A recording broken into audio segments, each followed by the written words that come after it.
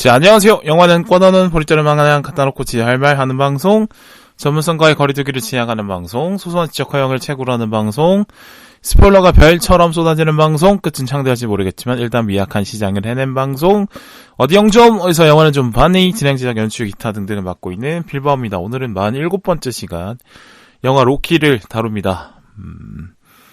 글쎄요, 원래 제가 일주일에 2개는 올리자, 최소, 이런 게 목표였는데, 또 사람이 게을러졌습니다. 게으른 이런 성격이 잘 바뀌지 않는 것 같아요. 그렇고요. 뭐 WBC 열심히 봐서 시간이 없었다라는 핑계를 또 만들어 보겠습니다. 하필 또 야구 결과가 안 좋아가지고 네, 아쉽죠?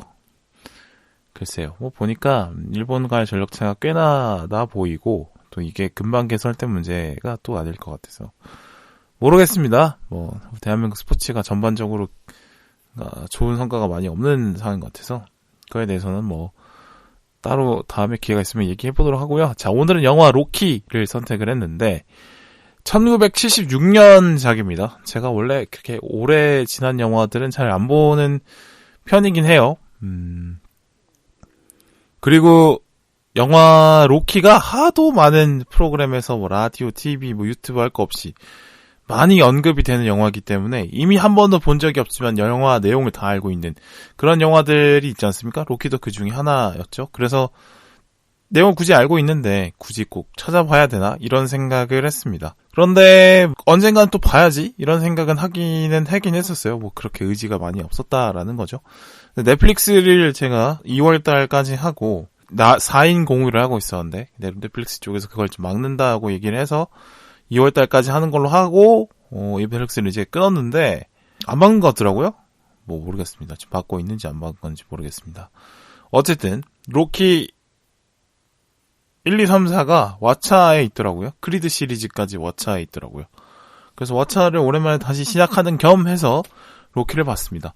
여전히 여튼 재밌게 봤고 레전드라고 하는 데는 다 이유가 있다라는 걸 알 수 있었어요. 그리고 천천히 이루어지는 그 전개, 정직한 전개가 아주 마음에 들었습니다. 그러니까 최근에 뭐 에올 봐서 그런지 에올은 정말 서사가 복잡하고 막 엄청난 계속 변화가 있잖아요. 근데 로키는 그에 비해서는 엄청 차분하다는 생각이 들면서 그런 또 맛이 있네? 라는 생각이 좀 들더라고요. 약간 담백하다고 해야 될까요?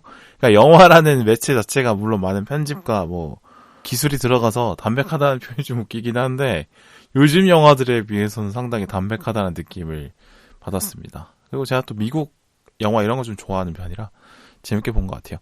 자, 로키 뭐 사실 뭐 이런 거는 평가를 할 수 있나요? 어렵죠. 네, 레전드 작품이라 평가하기는 좀 어려운 것 같고 그냥 제가 보고 느낀 바를 말씀드리도록 하겠습니다.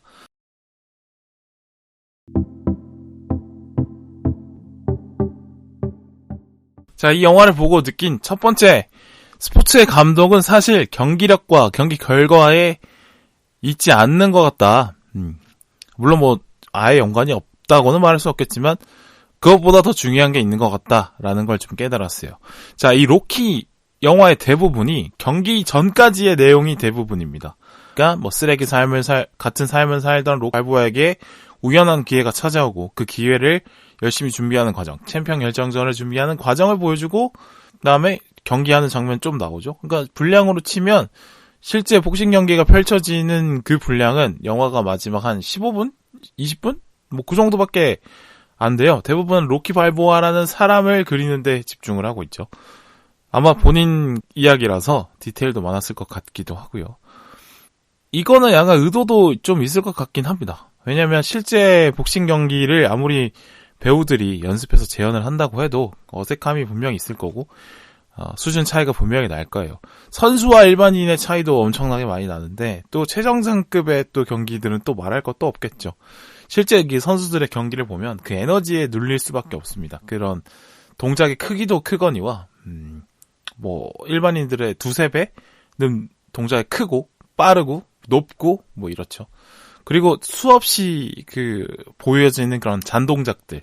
진짜 본 동작이 뭐 펀치라고 하면 펀치를 때리기 전에 그 좋은 위치로 계속 움직이면서 상대방을 피하기 위해서 계속 잔발 스텝을 밟으면서 몸통을 계속 움직이는 그런 잔동작들이 계속 있는데, 그런 잔동작들이 사실 어떻게 보면 프로와 일반을 나누는 그런 한 기준인 것 같기도 한데, 어쨌든 실제 프로 경기들을 보면 그런 움직임들이 계속 나오기 때문에 그런 에너지들이 느껴지거든요. 물론 제가 복싱을 직접 거의 본 적은 없지만, 파키아오 대 메이어더 경기가 있었잖아요. 몇 년 전에. 그때도 보니까 서로가 서로를 파악하고 계속 몸을 움직이면서 상대방의 기회를 주지 않으면서 나는 기회를 포착하려고 하는 그런 움직임들이 거의 대부분이었던 것 같아요.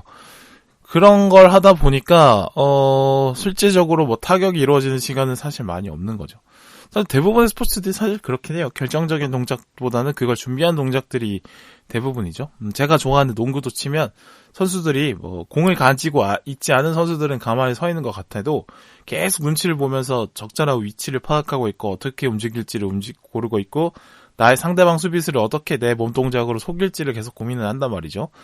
그런 잔동작들이 모든 코트에 있는 10명이 뿜어내기 때문에 그 에너지가 확실히 있습니다. 어쨌든 이 얘기를 왜 했냐. 아무리 실제 프로 선수 레벨의 경기보다는 영화가 아무리 재현을 해봤자 수준은 떨어질 수밖에 없겠다라는 거죠. 그런데 우리가 로키의 그 경기에 마지막 10분에 전율을 느끼는 이유는 뭐냐면 이미 우리가 로키에게 마음을 줬기 때문에 그런 거라고 생각을 합니다. 그러니까 그 경기에 왜 그렇게 진심이어야 하는지를 영화는 설득을 해내야 되는 거죠.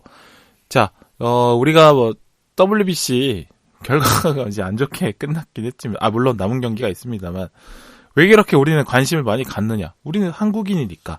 그리고 일본인과의라는 특수한 관계도 있고, 그 야구 한일전이 또 치열하기도 했기 때문에 여러 가지 전사가 있고 몰입할 만한 이유가 충분히 있는 거죠. 그래서 한일전이라는 그 경기에 많은 관심이 갔던 거고, 그러다 보니까 그 WBC 경기가 만약에 어제 이겼다고 하면 엄청난 큰 감동이 왔을 것이고, 근데 어제처럼 졌기 때문에 많은 실망들을 하는 거긴 하겠죠. 이미 몰입이 많이 됐다는 게 이미 중요하다는 걸 말씀을 드리고 싶은 겁니다. 그러니까 그 경기에 얼마나 진심이냐가 그 경기가 얼마나 수준이 높은가 보다 훨씬 중요할 수 있다라는 겁니다. 그러니까 메이저리그 결승전에서 누가 이기는 것보다 저한테는 롯데자이언츠 시범 경기 승패가 더 중요할 수 있고, 또 NBA 결승전보다 제가 뛰고 있는 농구 동아리의 자체전이 훨씬 더 재밌다는 거죠. 왜냐면 이건 나의 이야기니까. 뭐 당연히 경기의 수준 차이는 말할 것도 없죠. 아마 저희가 뛰는 농구 동아리 그 경기를 유튜브에 올리고 NBA 결승전 유튜브에 올리고 딱 틀어온다고 하면 조회수 차이가 엄청나게 날 거예요. 당연히 뭐 말도 안 되겠죠. 그러나 저는 제가 뛰고 있는 경기의 영상을 더 재밌게 볼 가능성이 높다라는 겁니다. 뭐 그런 거겠죠. 예를 들어서 학부모가 있는데 자기 아이가 학교 운동회에서 뛰는 모습을 담았어요. 한 50m 정도 뛴다고 할까요? 근데 부모는 올림픽 100m 경기보다 자기 아이가 운동회에서 50m 뛰는 걸 더 긴장감 있고 감동적으로 볼 수밖에 없다라는 겁니다. 그래서 이 영화 로키의 미덕은 복싱 경기 자체를 그렇게 열심히 그리려고 복싱 경기 자체에 그렇게 많은 시간을 할애하지 않고 로키 발보아라는 사람의 이야기에 관객의 마음이 동하도록 최선을 다하고 있는 것 같습니다. 이 복싱 경기에 얼마나 많은 것이 걸려있는지를 잘 설명하는데 영화의 대부분을 쓰는 거죠. 자, 로키가 얼마나 바닥을 기는 삶을 살고 있는지, 로키가 어디 사는지를 보여주죠. 쓰러질 것 같은 아파트에 동네에 후줄근한 분위기 많이 보이고 막 동네 꼬마들, 청년들이 희망을 잃은 채 막 밤거리로 쏘다니고 그런 동네에 길거리에 어둡고 그죠, 그런 거. 그리고 로키가 근데 확실히 미국이 좋긴 한 게 그 정도 아파트 크기면은 그래도 괜찮은 것 같은데 뭐 돈을 얼마 버는지 모르겠지만 어쨌든 뭐 그 정도의 방 크기도 부러워 보인다는 그런 생각이 듭니다. 근데 서울에서 얼마나 그 주거 문제 때문에 거친 환경 속에서 살아서 그런지 몰라도 하여튼 뭐 그렇습니다. 뭐 이런 얘기를 하려는 건 아니겠죠. 어쨌든 자, 로키가 돈을 어떻게 버는지 사첩차 밑에서 추심을 하면서 돈을 벌고 있는 거고, 또 복싱장에서는 약간 뭐 관심 없는 선수 취급 이렇게 받고 있는 것도 보여줍니다. 로키의 마음속에는 근사하게 살고 싶어하는, 성공하고 싶어하는 마음이 있는 사람인 걸 또 보여주기도 하죠. 자, 그 동네 청년들과 어울려 놀러다니는 12살짜리 꼬마 애를 집으로 데려가면서 하는 잔소리들 있잖아요. 뭐 내용이 뭐 그런 겁니다. 야, 너가 못난 애들이랑 노니까 너도 못나지는 거고, 네가 공부를 잘하고 싶으면 공부 잘하는 애들이랑 놀면 되고, 네가 멋있어지고 싶으면 멋진 애들이랑 놀면 돼. 네가 근사한 인생을 살고 싶으면 근사한 애들이랑 같이 놀란 말이야.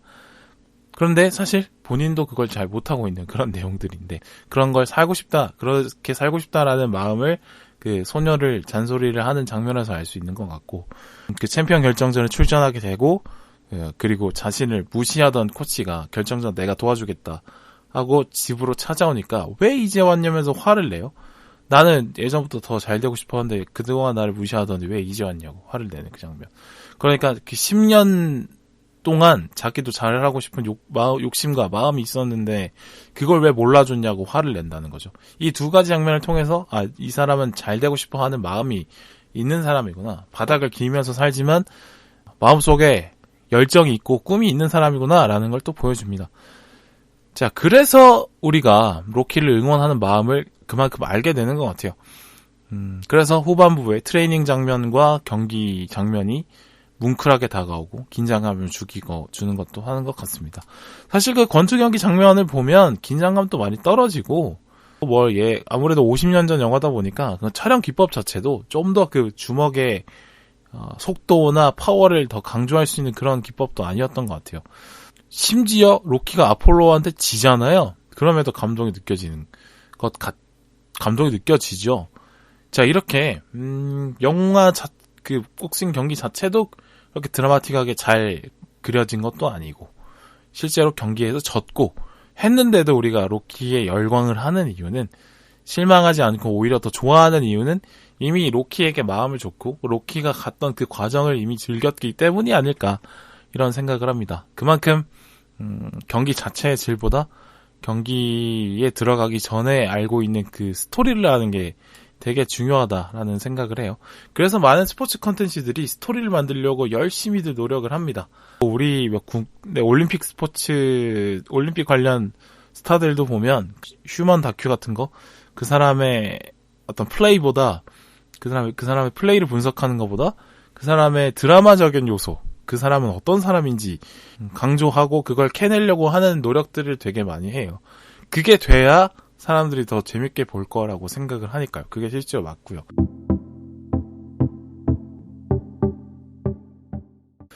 자, 보니까 이제 WBC 시즌인데 KBS 스포츠 유튜브를 제가 요새 좀 보거든요.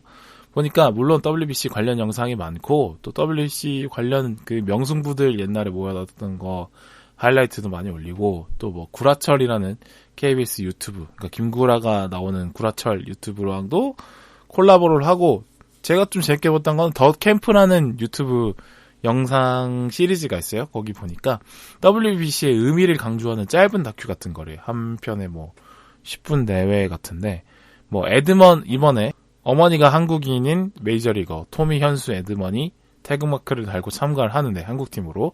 근데 그거 이제 박찬호와의 어떤 연결고리를 만들면서 해외에서 뛰지만 메이저리거지만 태극마크를 달기 위해서 이렇게 왔다라는 공통점을 엮어서 이제 이 스토리를 하나 만들고, 또 09년 WBC 때 명승부를 펼쳤던 김인식 감독과 지금의 이강철 감독의 평행 1호를 만들고, 또 뭐 야구 한일전 하면 유명한 약속의 8회 얘기도 좀 하면서 이렇게 계속 이제 시청자로 하여금 WBC에 몰입할 수 있는 여러 가지 요소들을 만들고 있는 거죠. 또 뭐 그렇습니다. 계속 이제 개막과 경기 전에 몰입감을 올리기 위해서 많은 의미부여들을 하기 위해서 유튜브를 많이 만들었어요.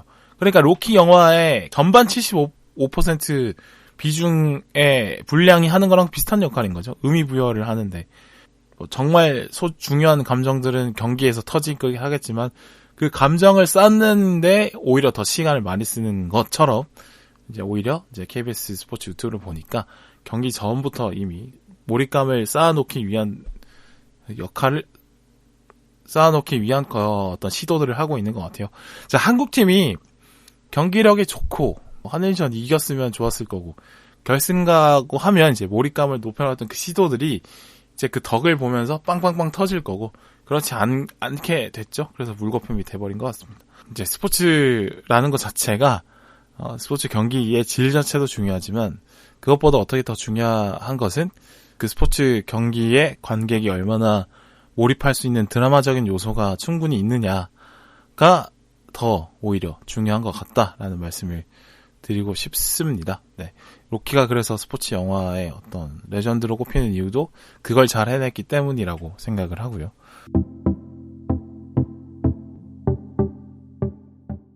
자, 그 로키가 주는 메시지가 있죠. 노력과 재능 모든 것이 합쳐진다고 하면, 노력을 열심히 한다고 하면 그런 어떤 불행한 과정, 불행한 상황 속을 이겨내고 승리할 수 있다. 뭐 이런 메시지를 충분히 던질만 합니다만 그 메시지를 좀 더 한번 볼 필요는 있는 것 같아요. 자, 로키가 기회를 얻는 것도 어떻게 보면 그 완전한 챔피언의 자리에 있는 아폴론이 무명 선수를 한 명 지목해서 너 나랑 하자라고 했기 때문에 로키에게 기회가 주어진 거고, 또 코치가 로키의 재능을 안타까워하고 있었다라는 걸, 로키가 충분히 재능이 있었다라는 걸 알고 있었던 코치가 도움을 준다는 것, 그리고 뭐 폴리, 그러니까 에이드리언의 오빠가 고기를 치면서 훈련할 수 있는 기회를 주고, 또 고기를 매일 주면서 몸 관리하는 데 도움을 주기도 하고, 경기 전에 두려워하는 로키를 에이드리언이 감싸주고, 그리고 로키가 훈련을 위해서 동네 마을을 뛸 때 응원을 해준다든지, 그 시장에서 오렌지를 던져준다든지 그런 장면들 있잖아요. 물론 그건 우연히 촬영된 장면이라고 하더라고요. 그냥 그렇게 로키가 뛰고 있는 걸 찍고 있는데 그냥 진짜 그 동네 사는 분이 즉흥적으로 오렌지를 던져줬는데, 사과였나요? 근데 그걸 받아서 먹는 장면이 나오잖아요. 그게 이제 뭐 레전드로 우연히 또 명장면이 된 거죠. 어쨌든 동네 사람들의 응원이 있었다라는 거. 로키의 노력과 재능만으로 되지 않는 기적이라는 겁니다. 기적의 과정에는 이런 조력자들이 분명히 있었다. 그래서 로키처럼 노력하면 기적이 일어난다, 이런 메시지로 또 가면 또 곤란하겠다 생각이 듭니다. 물론 그 로키의 트레이닝 장면을 보면 열심히 운동 빡세게 하면 그래 인생이 달라질 수 있어, 이런 거는 충분히 맞는 말이지만 혼자서는 어려웠다, 분명히 도와준 사람이 있었다 라는 걸 좀 알았으면 좋겠습니다. 네, 이걸 얘기 왜 굳이 하냐면 요새 유튜브에 그 또 동기부여 영상 뭐 이런 거 엄청 많이 뜨더라고요. 대부분이 근데 막 그런 노력, 감동 뭐 이런 거를 막 얘기해요. 그러나 모든 어떤 거대한 성공에는 혼자서 이룰 수 있는 건 많이 없습니다. 그래서 시스템이든 주변 사람의 도움이든 호의든 그런 것들이 필요하다. 근데 그걸 항상 그런 거를 좀 잘 안 보여주려고 하는 것 같아요. 네, 어쨌든 그런 게 있다라는 걸 다시 한번 말씀드리고 싶습니다.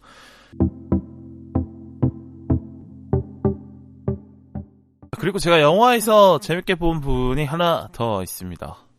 그러니까 루저들의 사랑을 응원한다는 점이에요. 자, 에이드리언과 로키는 사실 둘 다 연애 시장에서 많은 관심을 받는 사람들이 아닌 것 같습니다.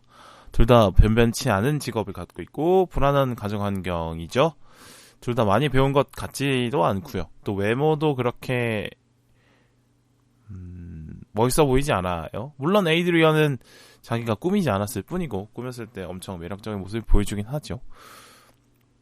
그런데 이런 에이드리언과 로키는 많은 이성들 앞에 자신을 내놓고 매력적인 이성을 선택하는 방식의 연애를 하기엔 좀 어려운 사람들이 아닐까 이렇게 그려지는 것 같습니다. 그런데 그들의 연애의 시작은 로키가 에이드리언에게 관심을 적극적으로 표현하고 그걸 에이드리언이 받아들이는 것으로 이렇게 시작을 하는데 그게 엄청 좀 신선하게 다가왔어요. 요즘에는 약간 그런 식의 연애를 다루는 작품들도 많이 없고 실제 연애들도 그렇지는 않잖아요. 뭔가 저렇게 뭔가 수줍고 순수한 느낌을 주는 연애의 시작은 사실 좀 찾아보기 어려운 것 같은데, 물론 뭐 70년대이기도 하니까 지금은 2020년대고 당연히 다를 수밖에 없다라고 생각은 합니다. 어쨌든 이 둘의 사랑이 되게 특별하게 보이고 뭔가 눈길이 갔던 이유는 이 두 사람이 가진 게 별로 없는 사람들이고 가진 것들 중에 이 사랑이 가장 값진 것일 수 있어서 그들의 사랑이 더 빛나 보이지 않았을까 생각을 해요. 이창동 감독의 오아시스 같은 작품에도 나오는 그런 사랑 같은 거겠죠. 그러니까 서로가 서로에게 가장 소중한 존재인 것 같아서. 왜냐면 이 두 사람은 가진 게 많이 없는 사람들이라서. 그래서 마지막에 로키가 그 링 위에서 에이드리언하고 엄청 외치는 장면이 글쎄 그렇게 울컥하게 다가온 이유는 거기에 있는 것 같습니다. 정말 요즘에 찾기 힘든 어떤 순정적인 사랑의 느낌이겠죠?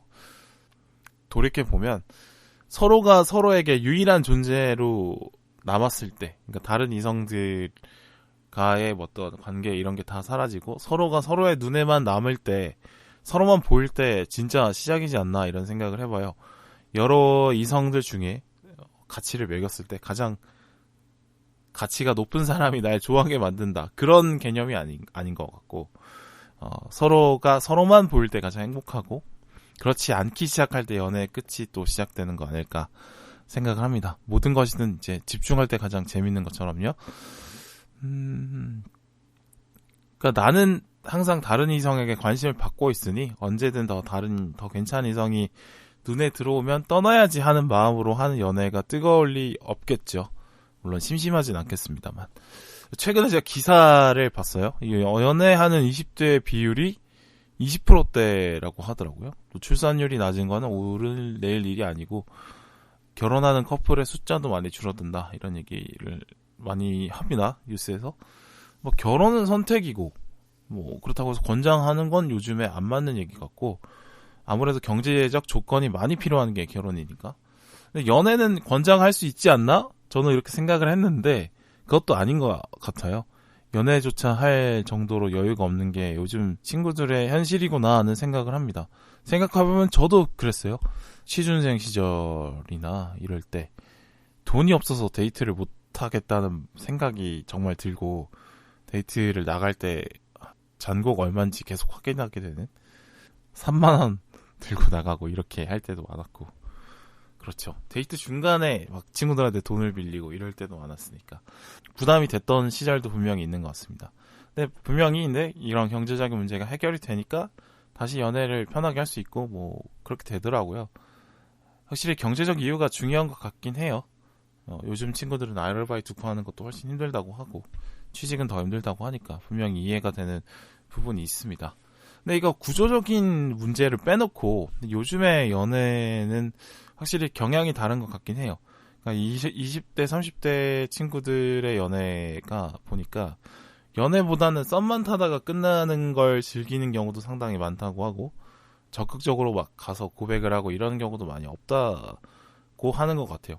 생각해보니까 저도 요새 좀 그런 것 같고, 이렇게 치열한 경쟁에 계속 노출되어서 그런지 실패하는 것에 매우 민감해 있는 것 같다. 근데 그것이 연애까지도 연결이 되는 것 같습니다. 어떤 사람에게 헌신하고 최선을 다하는 것에 대한 어떤 두려움들이 많이 생겨나 있는 것 같아요. 그게 또 연애랑 많이 연결이 되는 것 같고요. 또 하나 연애 프로그램의 영향도 있지 않을까 싶어요. 잘 챙겨보진 않습니다만 저는 뭐 남의 연애를 왜 내가 보냐 이런 생각으로 잘 안 보는데, 대부분의 컨셉이 약간 이성들이 다대다로 모여서 서로의 매력을 탐색하고 저 사람이 나에게 고백하게 만드는 어떤 플러팅 싸움을 지켜보는 게 주로 메인 재미인 것 같아요. 아무래도 뭐 예능이다 보니까 연출된 상황이고, 또 현실에서는 저렇게 인위적으로 이렇게 서로가 바라보게 만들어져 있는 시간은 없잖아요. 대부분 뭐 일하다가 마주치고 뭘 하다가 마주치고 이렇게 짧게 스쳐가거나 뭐 이런 식의 현실적인 공간에서 만남이 있는 거지, 저렇게 막 어디 펜션에 모여서 이렇게 하진 않으니까. 물론 당연히 현실과는 다른 부분이 있는 게 당연하겠죠. 대부분 근데 이렇게 연애 예능들이 먼저 상대방이 나에게 고백하게 만드는 그런 방법을 계속 약간 쓰려고 하는 그런 느낌들이 많이 있어요. 근데 먼저 상대방이 고백하는 걸 고백할 것 같은데 그 느낌을 즐기는 연애는 사실 모두가 할 수 있는 연애의 방식은 아니죠. 뭐 특별히 능력이 엄청나게 좋거나 뭐 외모가 엄청 뛰어나거나 뭐 그런 분들이 할 수 있는 그런 연애 방식인데, 근데 그런 게 연애 방식의 모두인 것처럼 여겨지는 경향도 있지 않을까 생각이 들어요. 분명 에이드런과 로키처럼, 그러니까 로키가 에이드런에게 접근하는 것처럼 그냥 상대방에게 부담을 주지 않는 선에서 이렇게 계속 마음을 고백하는 방식으로 우직하게 밀어붙이는 방식도, 그런 방식을 선택해야 되는 사람도 있긴 할 텐데, 요즘은 뭐 그런 방식은 좀 선호가 되지 않는구나를 좀 아는 것 같습니다. 물론 그가 동일선상에 비교할 수 없다는 건 저도 잘 알죠. 아무래도 이제 70년대의 영화고 2020년대니까 지금은 당연히 다를 수밖에 없는 것 같긴 합니다. 글쎄요. 근데 뭔가 연애도 사랑도 그 인생의 여유 시간을 채워줄 수 있는 수많은 컨텐츠 중에 하나로 여겨지는 게 요즘의 느낌인 것 같습니다. 그런데요, 뭐 어찌되었든 간에 정말 서로가 서로를 뜨겁게 바라보는 그 시간이 사실 제일 소중하고, 그때 느끼는 감정들이 참 기억에 남고 마음에 남고, 또 그런 감정들이 저 자신을 되게 발전시키는 것 같다는 생각을 하는데, 아니면 뭐 썸 단계에서 많은 에너지들이 쓰여지고 있는 건 아닐까, 이런 생각은 하게 되긴 했어요. 그러니까 제 말처럼 모두가 이렇지 않을 거라고 생각을 합니다. 분명 뜨겁게 연애하는 분들이 많겠죠. 그렇게라고 생각을 하는데, 그냥 뭐 에이디언과 로키의 사랑을 보니까 요즘 연애와는 많이 다르구나를 좀 보게 됐어요. 그렇습니다. 그래요. 그래도 뭔가 로키와 에이디언 같은 관계가 더 소중하게 느껴지고 그립게 느껴지는 것 같아요. 물론 뭐 방향은 좀 다를 수 있고 형식은 다를 수 있지만, 그런 느낌들이 오랜만에 신선하게 다가오는 것 같아서 따로 말씀을 드려봤습니다. 녹음 여기까지 하고요. 다음 시간에 또 찾아오도록 하겠습니다.